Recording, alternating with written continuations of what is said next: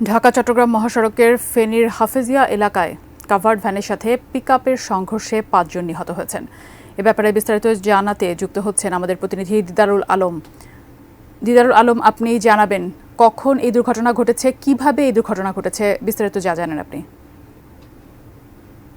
ফাইজা, আসলে আমরা এই মুহূর্তে রয়েছি ঢাকা চট্টগ্রাম মহাসড়কের ফেনীর যে হাফিজিয়া অংশ, এই হাফিজিয়া অংশে ঠিক 7:15 এখানকার প্রত্যক্ষদর্শী যারা রয়েছেন তারা আমাদেরকে জানিয়েছেন যে ঠিক চট্টগ্রাম থেকে ঢাকামুখী যে লেন সেই লেনে এখানকার একটি শ্রমিক বোঝাই ঢালাই শ্রমিক বোঝাই একটি পিকআপ ভ্যান চট্টগ্রামমুখী যাচ্ছিল। ঠিক তখনই কিন্তু পেছন থেকে একটি কাভার্ড ভ্যান এসে ধাক্কা দেয় এবং ধাক্কা দেওয়ার সাথে সাথেই কিন্তু আমরা যেটি দেখেছি এই একদম ঘটনাস্থলেই 5 জন মৃত্যুবরণ করেছেন এবং এখানকার যারা উদ্ধার কাজ চালিয়েছেন তারা আমাদেরকে জানিয়েছেন যে বাকি আরও প্রায় 6 থেকে 7 জনকে কিন্তু ফেনী জেনারেল হাসপাতালে নেওয়া হয়েছে এবং আমরা ফুটেজে দেখানোর চেষ্টা করছি যে যে পিকআপ ভ্যানটি, সেই পিকআপ ভ্যানটি কিন্তু আসলে ঢাকা চট্টগ্রাম মহাসড়কে যে ডিভাইডার রয়েছে সেই ডিভাইডারের উপরেই কিন্তু উঠে গিয়েছে এবং এরপর কিন্তু এখানকার পুলিশ প্রশাসন লোক কিন্তু এই যে এখানকার যে উদ্ধার কার্যক্রম সেটি আসলে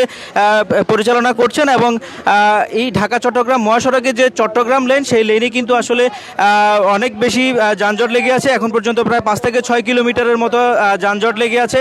এখানকার যারা কর্তব্যরত পুলিশ রয়েছেন তারা আমাদেরকে জানিয়েছেন। তবে সন্ধ্যা থেকেই আমরা আসলে এখানে যখনই আসলে দুর্ঘটনার কবলে পড়ে এবং এরপরেই কিন্তু আসলে এখানকার যে হাইওয়ে পুলিশ রয়েছে তারা কিন্তু এখানে এসে উদ্ধার কাজ চালাচ্ছেন এবং এখানে উৎসুক জনতার একটা ভিড় দেখা যাচ্ছে, যে কারণে আসলে এখানে উদ্ধার কার্যক্রম করতে কিছুটা বেগ পেতে হচ্ছে এবং এখানকার যারা সাধারণ মানুষ রয়েছেন তারা আসলে বলছেন যে লাশগুলো, যে মরদেহগুলো রাস্তায় পড়ে আছে সেই মরদেহগুলো যেন দ্রুত অপসারণ করা হয়, এখান থেকে নেওয়া হয়। সেজন্যই কিন্তু তারা বলছেন যে আগে রাস্তা থেকে গাড়ি না সরিয়ে এবং এখানকার যে লাশগুলো রয়েছে সেগুলোকে যেন হাসপাতালের মর্গে পাঠানো হয়। সেজন্য কিন্তু আসলে এই মুহূর্তে সড়ক থেকে যে গাড়ি উদ্ধারের যে বিষয়টি সেটি কিন্তু আসলে এখন পর্যন্ত পুলিশ আসলে করতে পারছে না, আমরা যেটি দেখছি। তবে যারা নিহত হয়েছেন আমরা এখন পর্যন্ত নিহতদের কারোই কিন্তু আমরা পরিচয় পাইনি এবং আমরা পরিচয় জানার চেষ্টা করছি এবং পরিচয় জানার সাথে সাথে আমরা জানানোর চেষ্টা করব।